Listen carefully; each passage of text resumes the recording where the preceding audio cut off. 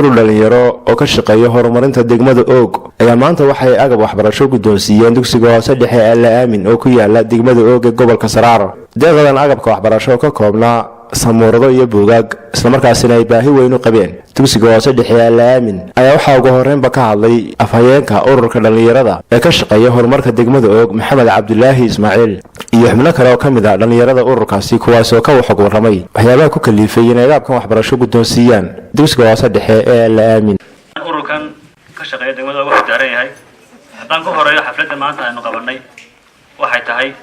samuuradaha ka yaala haysteeda samuuradada iyo caawaha shanta caawooda oo anagu soo iibinay ka urur ahaan iyo tamaashirta halkaa taalla waan ugu talagalnay inaan ardayda walaalahaya ee iskuulkan La Aamin dhigata si ay waxbarashada ugu fududaato ay wax ku bartaan samuurado fiican anaga oo jecleen markaanu ciyaalka ahayn inaan wax fiican wax ku baranno markaanu aragnay ardaydeedan dayacan ee fadhida sariibada ee caawaha ku fadhida ee bilaa samuuradaha waxaanu haysan kari weynay in anaguna iska fadhiisano waxaan ku dadaalay in aanu masaacayaga anagoo dhammaanteed arday ama shaqadan u yartahay inaanu dhibka la qaybsano oo waxaan awoodna aanu soo gaarsiino waxaan rajaynaynaa insha allahu tacaala iskuulkan runtii waa iskuul dayacan waa sariibadii magaalada xataa ma haysto galaasyo uu wax ku dhigto waxayna ceeb ku tahay ganacsatada degmada iyo maamulka in carruurteenni oo intaa ka badan oo tiradaalay ay xataa waayaan galaas ay wax ku dhigtaan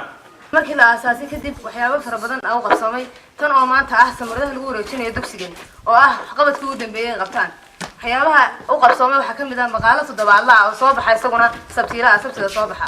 sidoo kale waxaan halkan uga sheegayaa dhammaan ganacsatada iyo waxgaradka magaalada inay ururkan garab siiyaan oo waxqabad ay ku biiriyaan ururkan waa urur isagu ah iskaa wax u qabso aan dawlad ku xidhnayn oon ku xidhnayn ganacsato oon ku xidhnayn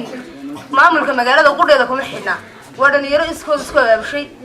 iskuul kana damqatay baahiyaha degmadooda taala sidoo kale qaar ka mid ah maamulka iyo macallimiinta dugsigaasi iyo weliba waalidiinta ardadooda wax ka bartaan dugsigani ayaa si weyn ugu mahadnaqay ururka dhalinyarada ee ka shaqeeya horumarka degmada Og waxayna tilmaameen in agabkan waxbarasho ee maanta la soo gaarsiiyey dugsigaasi uu ahaa mid ardayda dugsigani ay si weyn ugu baahnaayeen si ay usii wataan waxbarashada ay dugsigan ka helaan. waxaan kaloo leeyahay dhalinyaradan runtii reer Og ee noo soo baxday alxamdulilah ilaahay ugu mahadnaqayno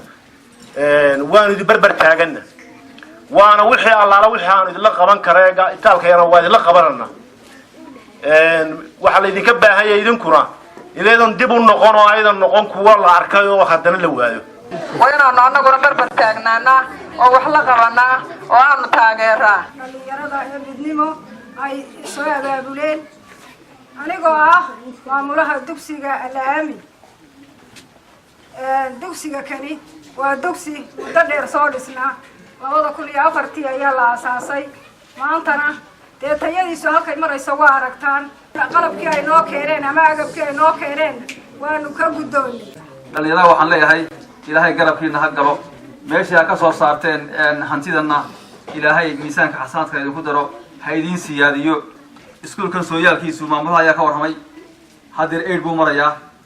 waxa weeyaan waa iskuulka ugu tayada badan leh marka la eego degmada bareemariyada ka dhisan degmadan waa iskuulka ugu akhlaaqda fiican leh waxaan gaar ugu mahadnaqayaa ururka dhalinyarada midnimada reer Og ee munaasabadan inoo qabtay qaaliga ah ee waxqabadka ay wareejinayaan dugsigan La Aamin ku wareejinayaan ina hor yaalla soo bandhigay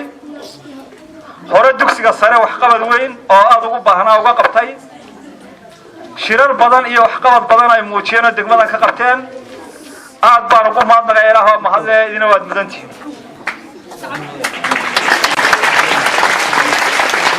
inaydan ka caajisin inaydan ka daalin in waxa weeye halkii yoolkii aad doonayseen